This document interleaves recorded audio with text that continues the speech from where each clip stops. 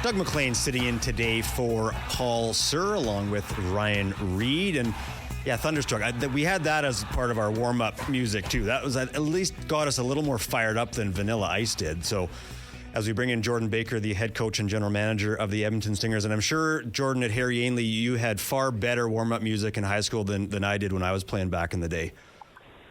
Well, I feel like it might have been some overlap if you're talking about you got AC/DC playing in the background there, but generally they let us pick the music, and as high school students, you're always making bad decisions, and that was certainly one of them.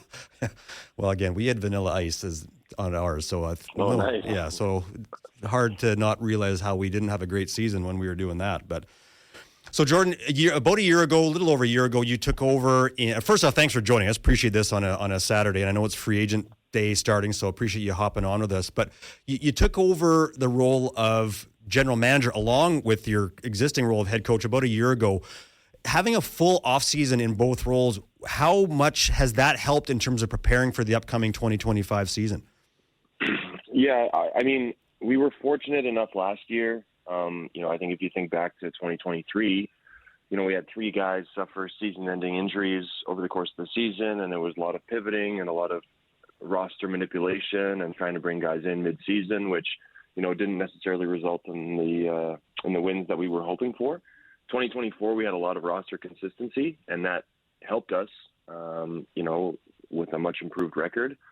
So the key for us is trying to have a plan that we can establish a team where there's not a whole lot of movement that needs to take place. I mean, obviously some guys might leave for summer league or, be joining late after their European seasons. But, we're hoping to put together a roster where, there's not a whole lot of ins and outs personnel wise over the course of the season, so that, we're in a position where by the end of the year, even though it's a short season, guys are gelling and meshing the way we want them to.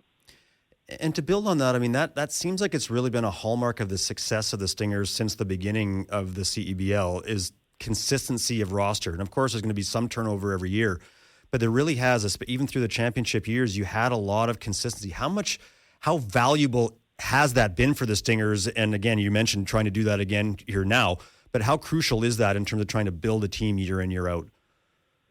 Yeah, it's extremely important. You've seen it, Niagara, winning the championship last year, they retained a lot of their players from the year prior. And just having that familiarity with each other, the familiarity with the coach, and even with the city and the organization. We're asking these guys to give up their summer months to come and play in the CBL. And if you're in a spot where you feel comfortable, you're in a spot where you feel like you're taken care of, that's going to help your play on the floor, and it's going to make you be a little bit more invested in the city, being more invested in the result of each game. And, so that consistency and being able to bring players back is always important, and it helps, translate into wins for the most part. As I mentioned, free agency does open today in the CEBL. It's a little bit unique in the league. So can you walk listeners through the process? You guys put out a really good video on X yesterday explaining it, but maybe for listeners here today, walk through the process and maybe how it's a little different in the CEBL than you might see in other leagues. Yeah, so in the CBL, there's only single-year contracts, which means every year as a general manager, I basically have to start from scratch, right. Which is a fun challenge. But what we do have is protected player agreements that players sign after the season. So we have 7 players that are under protected player agreements that they would have signed, in September. And those agreements allow us to have exclusive negotiating rights with them starting basically today and going up until March 2nd. So we have a month to try to figure things out with our protected players. That also doesn't allow me to go and, poach somebody off of Montreal or Winnipeg or Sask until that March 2nd deadline, as long as they've signed that protected player agreement. So there's sort of 2 pools of players that I can draw from right now. Obviously, someone who hasn't played in the league before wouldn't have signed a protected player agreement, and they're free game for us to go after as of now. So we're trying to build a roster. We're trying to secure, like you said, some of those returning players over the course of this month, as well as trying to track down some new faces. And then if any, eligible free agents that have been protected by other clubs, haven't been able to figure things out by March 2nd, then, that sort of opens a second round of free agency as we take a look at some of the other names and faces from across the CEBL that are maybe looking to make a move. So it's an interesting process, and we're hoping to have some announcements here in the next few days. And again, not asking you to reveal anything at this point, but of the 7 that you do have on that protected list, do you expect a decent number of them to return? Ben Krikke, Edmonton native, being a part of that group of 7. Yeah, I mean, it's the hard part is May seems like a long time away for these guys who are playing overseas professionally. For me, it seems like it's knocking on the doorstep because I've got a lot of things and I need to get organized before then. But for a lot of players, they're not necessarily thinking about what their summer looks like. They're thinking about how do we string together some wins, whether it's Ben in Spain or Elijah in Germany or Mike in Latvia. They've got some things on their plate. And so sometimes the timing doesn't work out where they want to sign a contract for us in February. But, we're hoping to retain a good chunk, especially our Canadian talent. I think that's something that we really pride ourselves on. So, we're in negotiations with all of those guys. It's just a matter of finding somewhere where, they do want to play in the summer versus, have some time to rest their bodies. And that actually leads me well into my next question, which is, as a summer league, it presents some obvious challenges. You already hinted at some of them, but does it, how tough is it in terms of trying to get players to play? Because they go through grueling seasons wherever they're playing around the world, and then they have an opportunity to come back and play in the summer. Is it a tough thing to convince players to do that, or are a lot of them saying, no, this is part of my development, I see this as a really good pathway for me to continue to get more touches against good professionals? What are those conversations like? Yeah, I think for us, Steve and I have worked to try to identify the type of player that might be attracted to the CEBL. You're not looking at players that are making,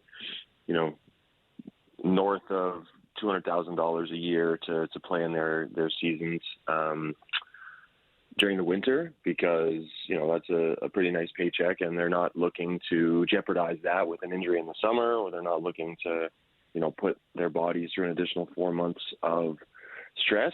So those guys generally, in most cases, are not on our radar as guys that are going to be CEBL bodies.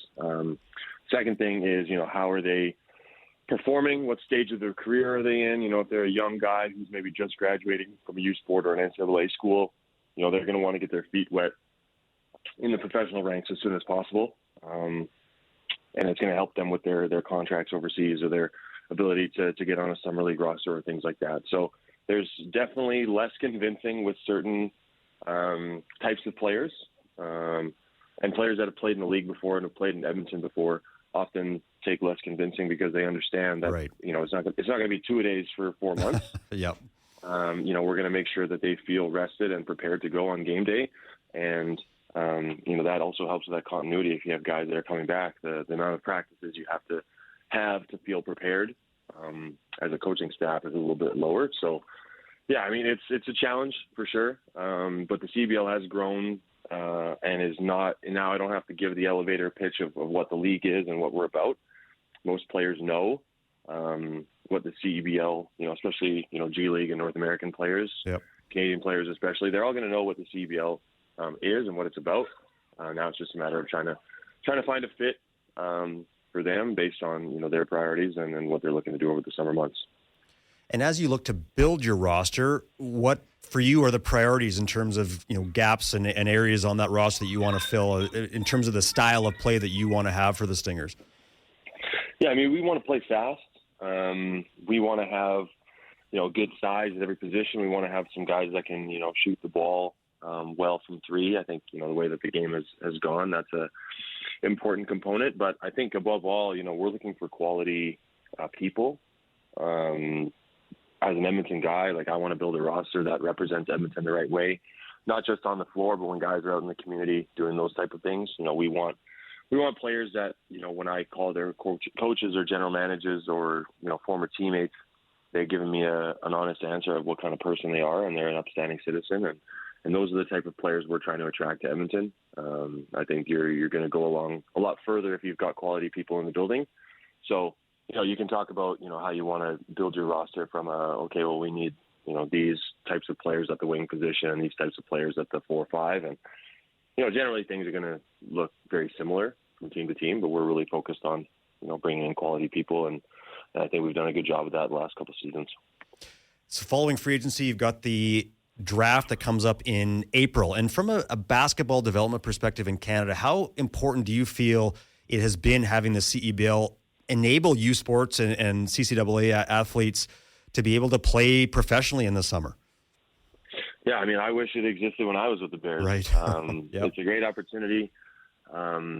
It's, the way that the league has made it a priority, and obviously, I've got a soft spot for U Sport players, having been one, but, you look at our rosters over the past couple of seasons, and it's maybe not necessarily the developmental players that have, been big contributors for us, but it's building that foundation. It's, you look at guys like Elijah Miller and Brody Clark and Adika Peter McNeely, even Isaiah Osborne a couple of years ago, Munas Tutu that was on the roster. Like, those are all U Sport graduates that are, continuing their professional careers overseas and having, really good, getting into really good pro contracts and good situations. And so I do think the U Sport draft or the CBL draft does give us an opportunity to sort of, especially as a team in Edmonton where, it's not necessarily the most sought after destination in Canada, get our mitts on some guys early, show them, what our organization is about. And then as they transition to the professional ranks, that gives us,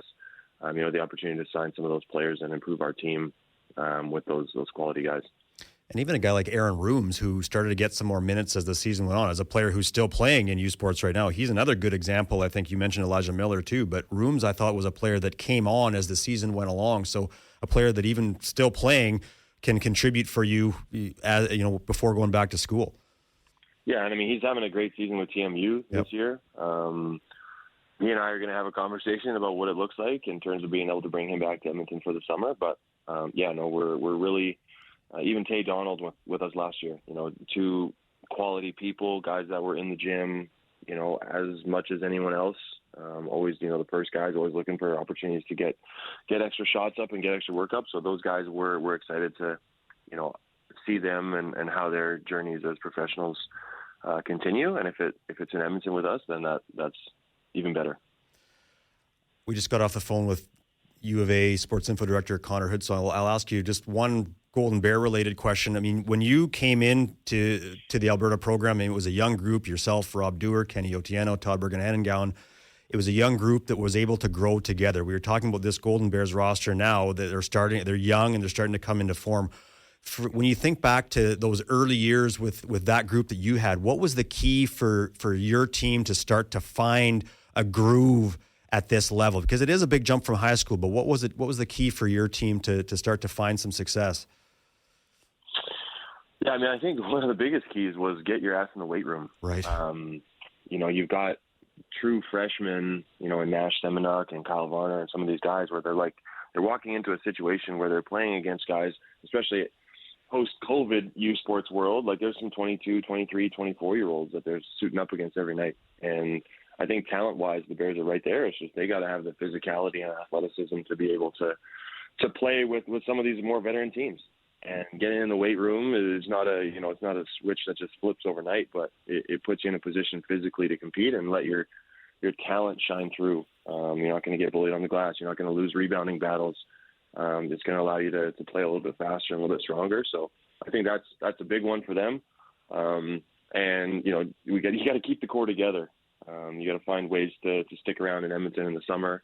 You got to play with each other as much as possible so that you get more familiar. There was times I know when I was playing with our group, I wouldn't even have to communicate defensively because we already knew where each other were going to be. That was that much familiarity between guys. And so hopefully, the Bears can continue to grow and get to that level. And last one for you. You've played a huge role in this community, when you were, at the U of A and your time at Nate and now with the Stingers in terms of development of basketball in the city. If you were to look across the city now, how do you feel that the sport is growing and developing in the Edmonton area? Yeah, I mean, it's definitely growing. You're seeing lots of new facilities pop up and lots of new opportunities for players to play. I'm still involved with the Junior Bears club basketball program, and there's seemingly a club basketball tournament every weekend, Yep. starting in April for players to play in. I think the biggest thing that we're trying to do with the Stingers, and this off season we started a little bit of it, but we're looking to do a little bit more, is coach education, trying to get all these coaches that are involved with club programs and high school programs, and even down to the junior high level, is how do we get them teaching kids the right things, getting out of zone defenses, talking about the fundamentals, talking about how to build teams and players and programs that are going to translate to producing youth sport players and pros at the next level. So it's definitely one of the more popular sports. It's growing every year in that sense. Now it's just finding ways to make sure that the people involved are shaping these young kids the way that the game would dictate. Well, Jordan, thanks for all you do for the basketball community in Edmonton, and thanks for taking a little bit of time out of your weekend to join us, and good luck as free agency gets rolling. Appreciate it. Yeah, thank you. It's going to be a busy couple weeks here. I'm sure. Jordan Baker, the head coach and general manager of the Edmonton Stingers. We appreciate him hopping on. And he is just a fixture of the sport in the city. His parents, I've had the pleasure to work with both of them, his dad, Doug, and his mom, Trix, both stars at the U of A, and then coaching careers as well. And Trix, a longtime head coach of the Alberta Pandas.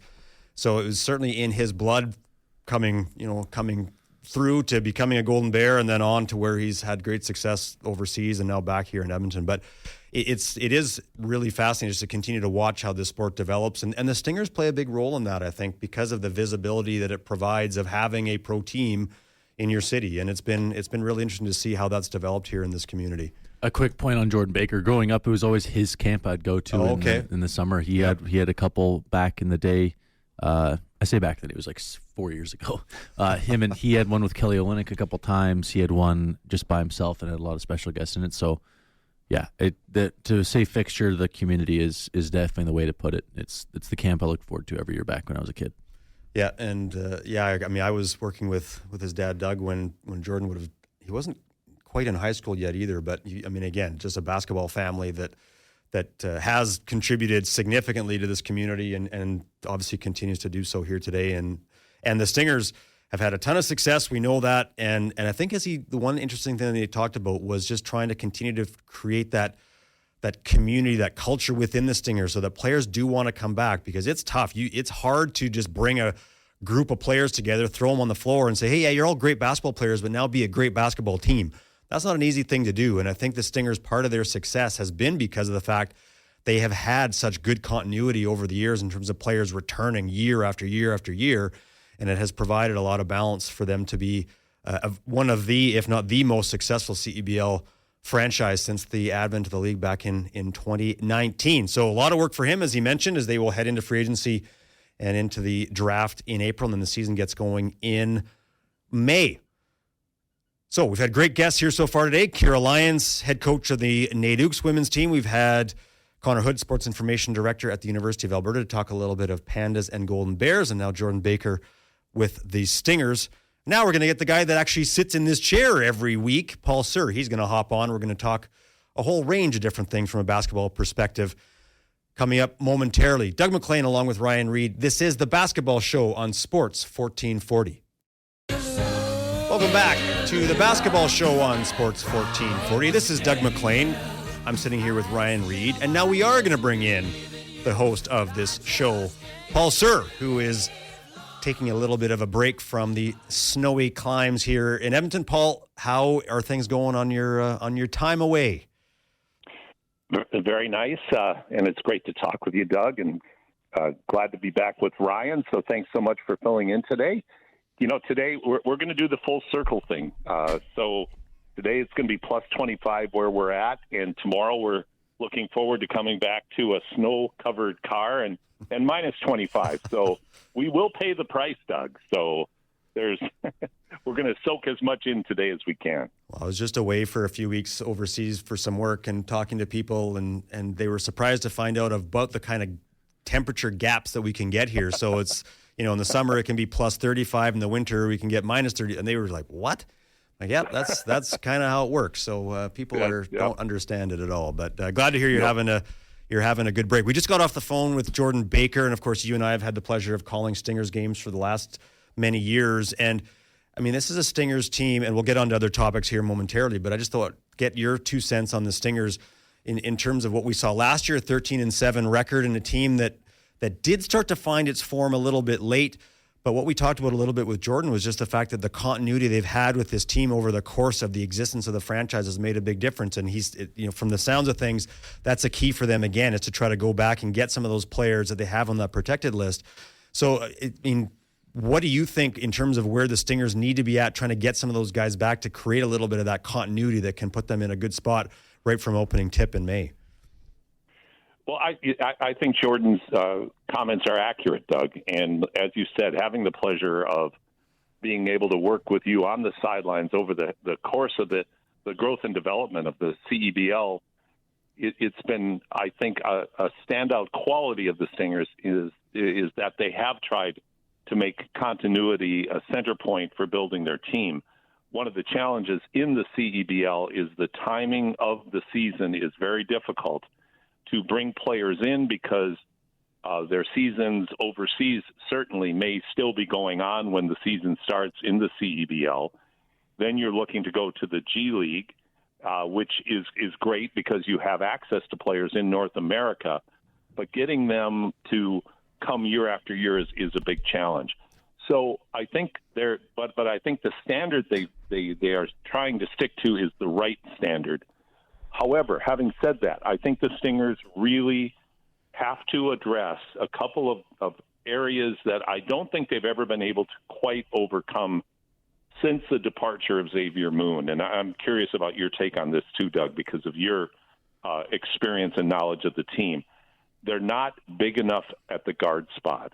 And I think that's been a problem for them because the teams they've had trouble with, last year, for instance, Vancouver and Calgary, both had big, quick, strong guards that I think our guards had a difficult time with. So I know that they're aware of this and addressing it, but that I think has to be a top priority. What are your thoughts? Yeah, I'd agree. I think you and I would also both agree. Elijah Miller, who is not a big guard at all, but plays like one. But it's tough. It's tough to do that over. It's now an expanded season. It's tough to do that to the degree that he has. So I think he's been. This is maybe a bit unfair, but a very pleasant surprise. I'm sure Elijah Miller doesn't think he's a surprise, but for the Stingers, I think what he's been able to develop into has been a bit of a surprise in terms of the level of contribution that he's been able to consistently give. But I think you're right. The nature of the game, and you know this better than me, the nature of the game now, it's size everywhere. Ryan and I were chatting in the first 20 minutes just about, some of the things that a player like Giannis can do. Giannis can play like a guard. And again, obviously Giannis isn't in the CEBL, but the point being that size has gone is everywhere. It's positionless basketball. Size is almost a moot point because you just expect it at every position. And so I think you're bang on in terms of the need for them to be more physical at the guard spot because they were relatively physical and could be elsewhere. They do play an up-tempo style, so you're not going to be an overly big team. But yeah, I think you're right on that assessment in terms of the need for some more size and more physical presence at the guard spot. Well, and I think where it showed up is in the playoffs against Calgary, for instance. I think they just had a hard time at times on the defensive side handling that particular spot. I think at the bigs, like you said, positionless basketball, there's still value with a back-to-the-basket player. Yep. Hopefully Ben Krikke will be coming back. Ben can step out, shoot the three. He also is very effective in playing back to the basket. Certainly they're going to miss Brody Clark, who could do exactly that as well. But there are players out there like that. The guards are the gold to me in the CEBL. And that I think if the Stingers can address that with the return of key players and adding some other talent, they'll be exciting. They'll play hard. They're going to defend. They're going to do all those things. They're going to play up tempo. But having that player or players at the guard spot, I think, would take them to another level so that when they get into the meat of the season, the playoffs, where it really matters, they'd be able to match up physically. Yep, absolutely. Paul, I wanted to hear about some of your thoughts on my beloved Sacramento Kings and De'Aaron Fox. What do you think about the potential fit with the Spurs if we were to trade him?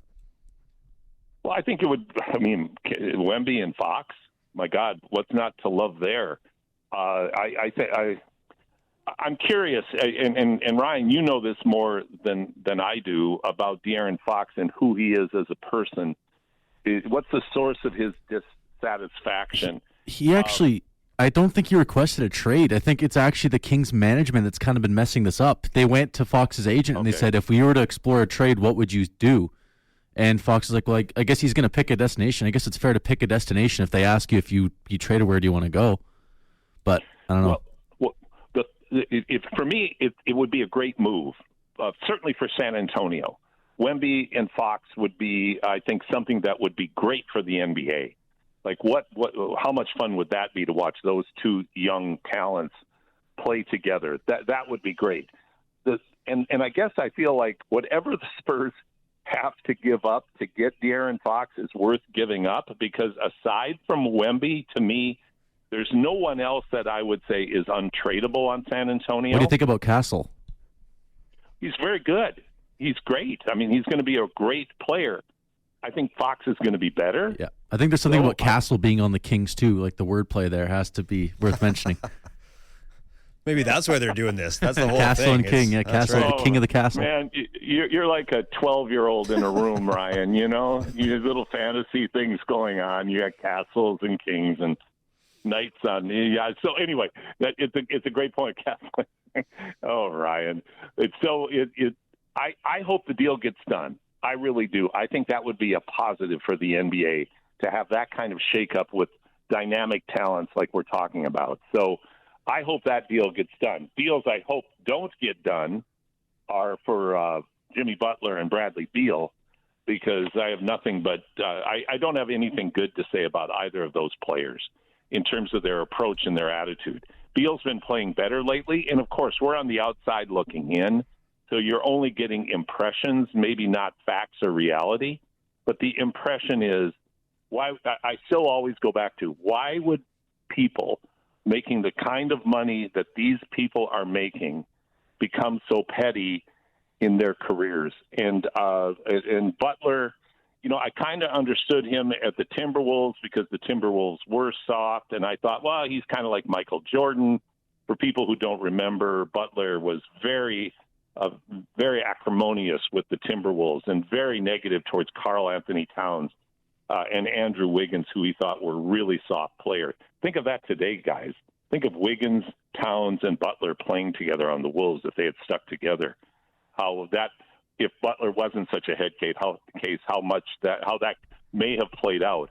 But I'm not in favor of their getting traded. I hope some moves are made, but the main one is, as you're pointing out, particularly Ryan, is the Fox move. Paul, actually, I'll ask both of you guys this. I mean, the trade deadline in the NBA is so fascinating because, unlike other sports, you can make moves that can dramatically alter your team heading into the playoffs. I mean, does that make this trade deadline so unique in sports? And again, what teams do you think may take advantage of that to really position themselves a little differently heading into the postseason? To me, it's a great mystery, Doug. I don't know. Like, everybody's pretty tight-lipped about what they're really willing to talk about in terms of what they're prepared to do to move somebody. Like, to me, the Spurs trading for Fox, that's a long-term move.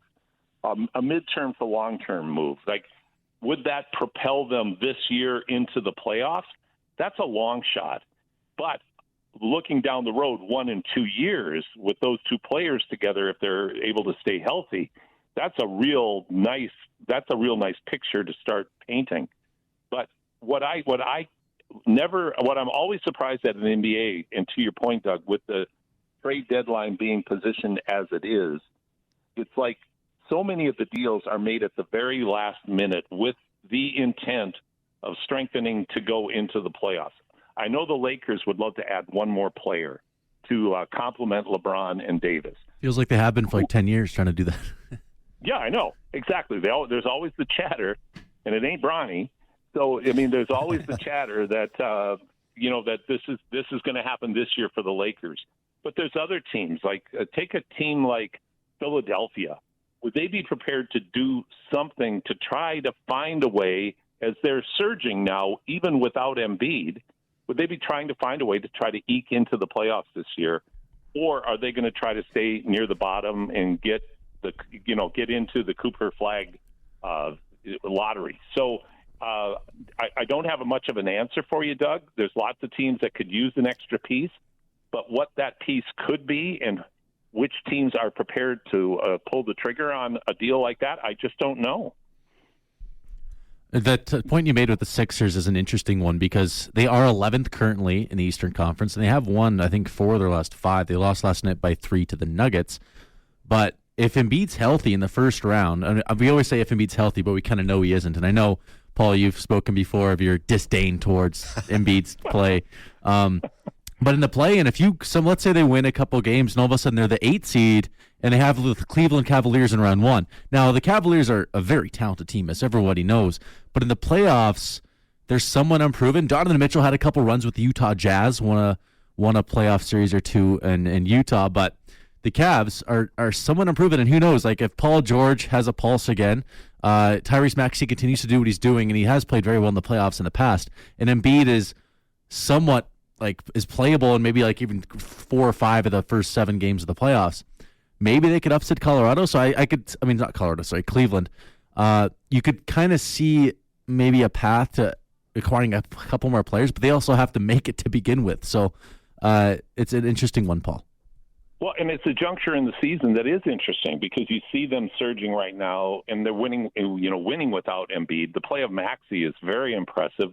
Other players stepping up. Paul George at times showing glimmers of what he once was. So you're right. It's a tough one. Are they a blow it up and rebuild mode, or are they into the hey, let's keep moving forward? And you know what? Next year we're going to bank on being healthier and the continued improvement of Maxey. Maybe Embiid will come back and actually be able to play 3/4 of a season. Things like that are very real factors in their mindset. Another one are the Raptors. They're on a recent surge as well and have looked pretty good at times doing it. Although last night they looked like they looked most of the season, kind of pretty average. So I don't think any of us are sold 100% on this Raptors team that this is the finished product. But on the flip side, are they going to tank as well? Finishing in the bottom 4 is very attractive this year. Because of the Cooper Flag situation and the depth of the draft and the top 2 or 3 picks, that really could be franchise game changers. So, this time of year is always interesting. Say, guys, I want to give you a report card if I could.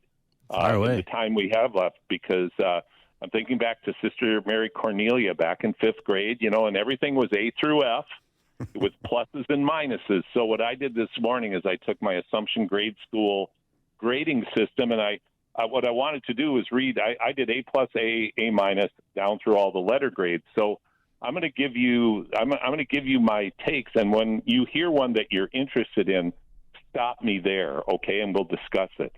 Perfect. A+, I'm going with Cleveland because they're 39-9. A is OKC because they're 37-9.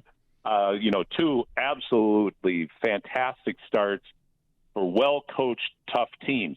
How that will translate, particularly to your point, Ryan, in the playoffs, that's going to be interesting for Cleveland. So do they need – I'll jump in quickly there, Paul. So those 2 teams, again, both great years so far, but does the somewhat lack of playoff experience for both of them make them, I won't say questionable come playoff time, but does it bring up some questions? I think it does bring up questions. Cleveland is going to be under an unbelievable amount of pressure, Doug, to perform in the playoffs this year because they're having this, phenomenal season. But just like you see when teams go out early in playoffs, look in football, look at Detroit. Everything in the NFL for the Lions this year was being a Super Bowl champ, and then they laid an egg. man, oh man, does that air go out of the balloon quickly when that happens. So the pressure in Cleveland, OKC has a little more experience, and to me, their success in the playoffs will hinge on whether or not Chet Holmgren gets healthy again. Holmgren being, a 7-footer in the middle, highly skilled offensively, tremendous defender, rim protector, and without him, I think they're a bit more vulnerable. So, but I'm going to give you my A-, who is one of the great surprise teams of the year, and that's the Houston Rockets. Nobody anticipated this struggling franchise to have this kind of turnaround at this juncture in the season. What do you think about?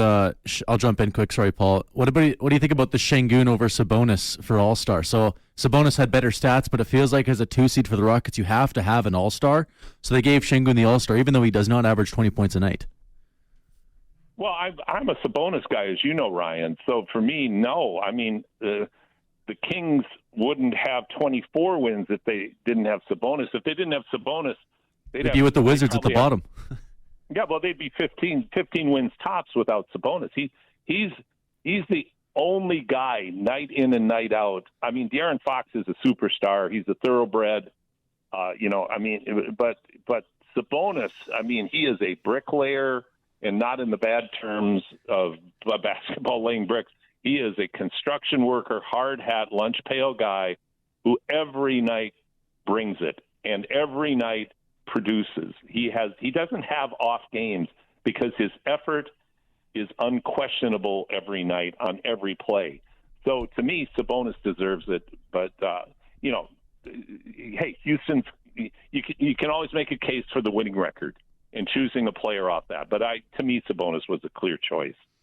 The team that's my B+ guys is Memphis at 32-16.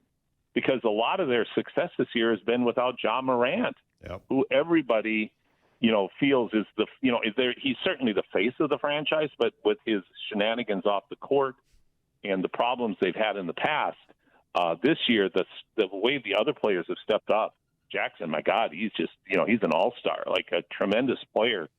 So they've been fantastic, followed closely by the New York Knicks. That Karl Anthony Towns trade has just worked out beautifully for them. But the Knicks are for real. They're tough. Thibodeau, despite the bad hair, is one of the great coaches in the league in terms of getting. And what I've been most impressed with him is I always expected Tom Thibodeau to be one of those coaches who could only coach one way. Hard-nosed defense. He's an angry-looking guy. And you expect a slow-down offense, kind of a slow-down, clumsy offense with tough in-the-trenches defense. But he has not been that way. He has allowed Brunson to become an unbelievably great player, and Towns has just seemed to have adapted to that organization and done so well. So to me, putting the Celtics as a B- is a bit of a surprise, but I think they've been just so-so this year. They lost games that you're surprised that they lose, and they've been relatively healthy, with the exception of Porzingis in and out of the lineup, as he always is.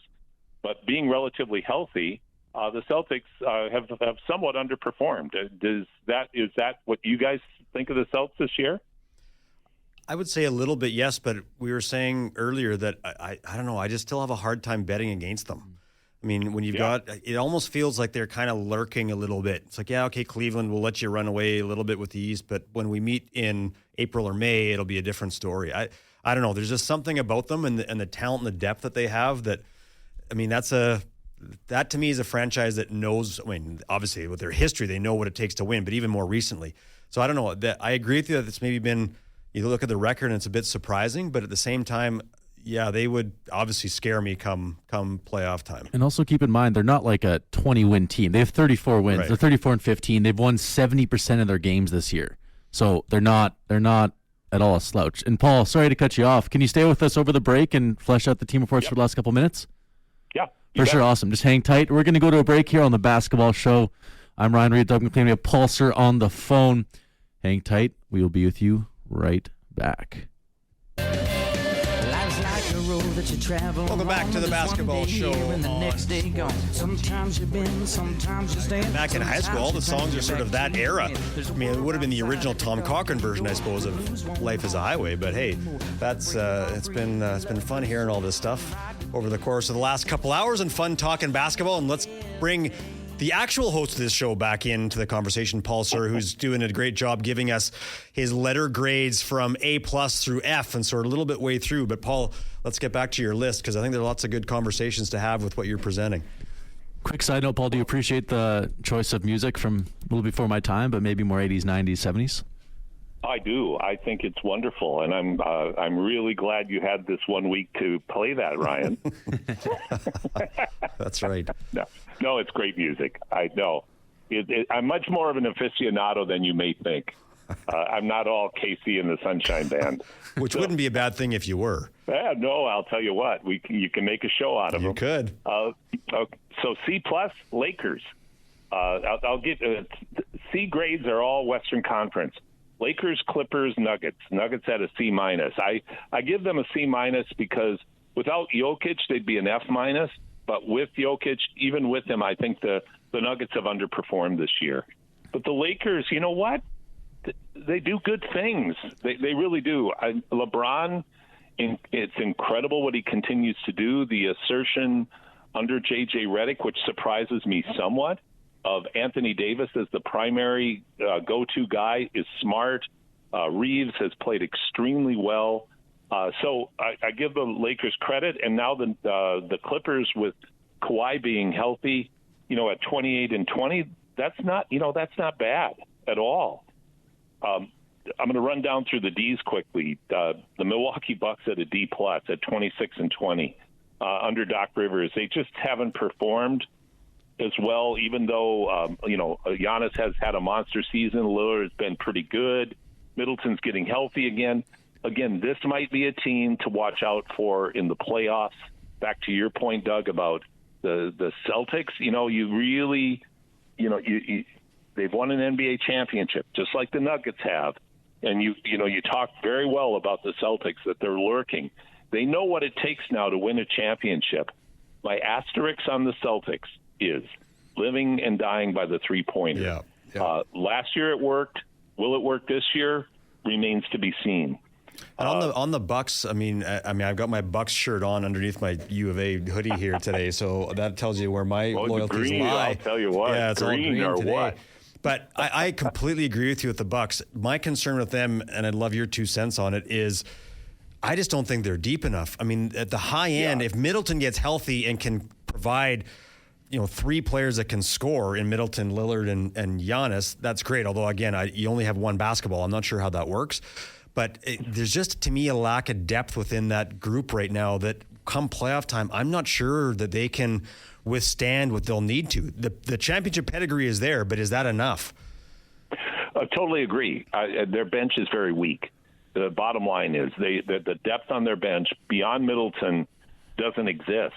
So to expect that team to be able to go into the bench 7 and 8 deep and be effective is probably not going to happen. So I totally agree with you about the Bucks. And depth, of course, for every team is a big challenge.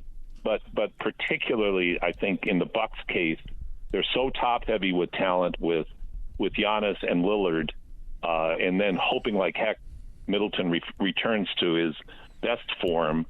So that does remain to be seen. So I'm going to get through this. The 76ers are at a D because they are surging, and I think Nurse has got them playing better. I gave the Kings a D- because at 24 and 23, I think they're better than that, but they could be worse than that too. So, but my F guys are I think kind of interesting. I gave the Warriors an F+ because I think they have been abysmal this year, and that seems to be an organization that, for all of its glory years, really seems confused now about what the next steps should be.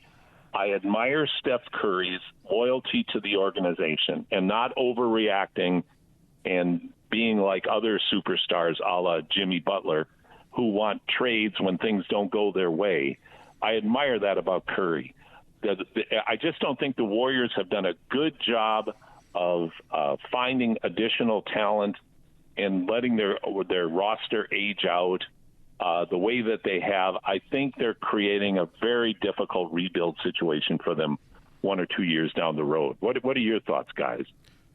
So I would agree with you. And they've followed the opposite path than, say, the San Antonio Spurs have over the last 25 years, where they've found ways to just continually be competitive. Yes, they lucked into getting Wembanyama, and now they're going to be good again. We know that, but they didn't. I mean, they had a lull there for a bit over the last few years, but they're starting to bounce back. And you're right, the Warriors, from the peaks where they are to be 500 right now, and seemingly having no clear direction as to where you're going. Because even if you start blowing it up now, you're starting to see Steph Curry. I mean, even if let's hypothetically say you try to trade him tomorrow, that asset isn't worth as much. I'm not suggesting you should have traded him 3 years ago, but you're in a tough spot in terms of what you can potentially start to do going forward. I also think it's a business too, right? Like the Warriors sell tickets and sell jerseys all the time. Yeah, so if they blow it up, they take a hit business-wise too. And the Warriors are a juggernaut in the NBA, especially as of late, as far as ticket sales go and jersey sales go.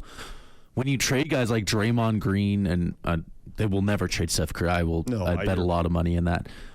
Just for obviously the talent, but also just the culture and the basketball, the business side of it, right?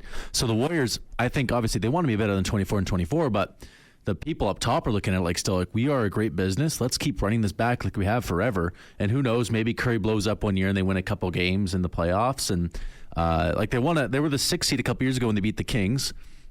And they moved on, and then they also have had a couple play-in runs too, where they're entertaining games, right? So I think it may be a little beyond basketball, although the product is incredible on the court. The money is deep in the pockets of the people up top. Well, and I think you hit on a very important point, Ryan. And I totally agree. It is a business. Business is good. Why blow it up now for being a purist of saying we've got to win championships? We all know how hard it is to build a championship-winning team. Very few teams ever do it in any professional sport. So, but I would add this as well. To try to trade Draymond Green or Andrew Wiggins is next to impossible with their contracts and what they would actually do for a team. Yeah.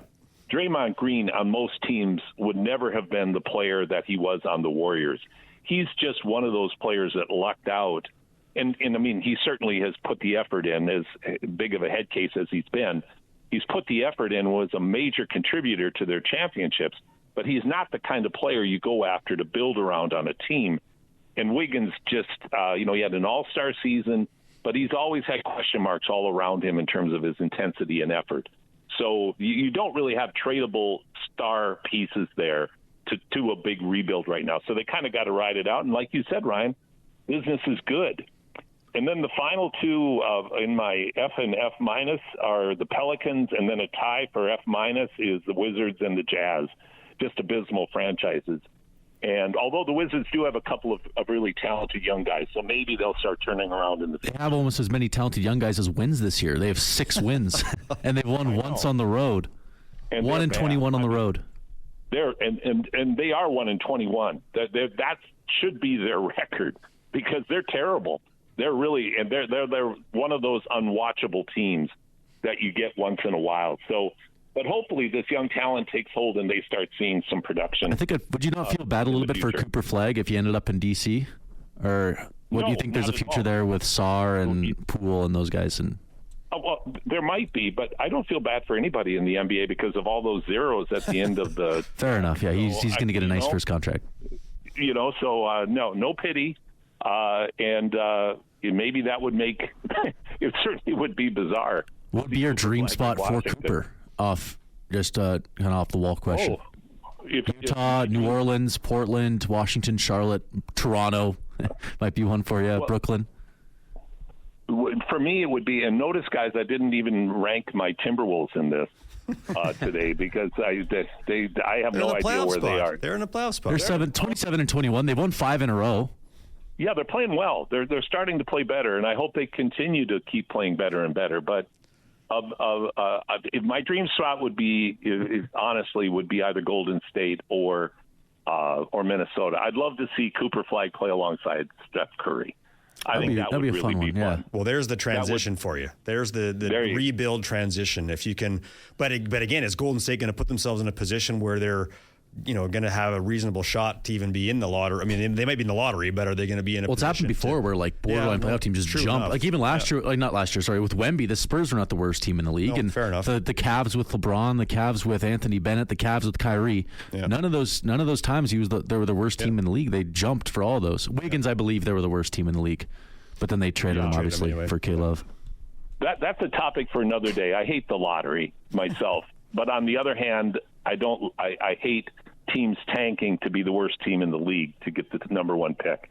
So there's no perfect solution to it, and I think the NBA's got it pretty good right now in terms of the weighting towards the bottom four teams in the league, and not having the incentives to tank like they've had in the past.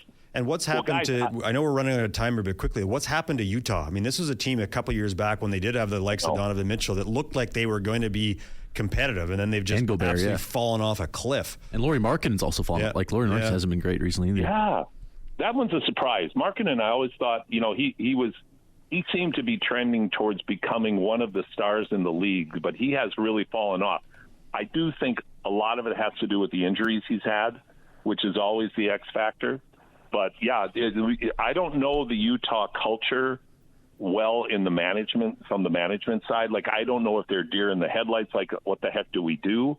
I don't know if there's a point to their tanking or if they're just tanking because that's what the hand they've been dealt, and how they're going to get out of this, we don't know. They really only have one good player on a rookie contract. Like Keontae George, I think, is their only really. I guess Kessler too, but again, like. What are you going to? Like, Kessler's a starting five, but he's not going to ever be a Gobert level guy, and he'll be your five, but he's not a star you build around. And Lauri Markkanen's under 20 points per game now. Colin Sexton's been waning out for a while. John Collins, who knows? And then Keontae George feels like they're only good player on a rookie contract, and they're the second worst team in the world. Yeah, they're brutal, and I think it's because they have a hockey team without a name. I think there's a curse. There's a domino effect there. That's right. I think so. I think you're cursed when you don't commit to a name. But yeah, I think to me it's going to be it's exciting now to get into this part of the season, because as we know what happens now, and you guys both made the point, wait till the playoffs, because that's when you really see how this long marathon of a season has affected a team, and the teams that keep working hard, get healthy, find themselves, that really struggled early can be a big factor late. And then I love the term the Celtics lurking, because when you've got ex-NBA champions that are, that it's recent in the Nuggets and the Celtics, they're always going to be a threat because of that experience and confidence that comes from actually climbing to the mountaintop. So it's an exciting time of the year. Guys, I've got to run. Thank you so much for running the show so well today and the opportunity to have this great conversation. Well, Paul, hey, we appreciate you letting us run things and have a good couple hours to chat basketball. We appreciate you hopping on as well. Enjoy your last day there, and safe travels back home tomorrow. Thanks so much, Doug. And hopefully Thanks, when I see you next, Fox is still on the Kings. That's my hope.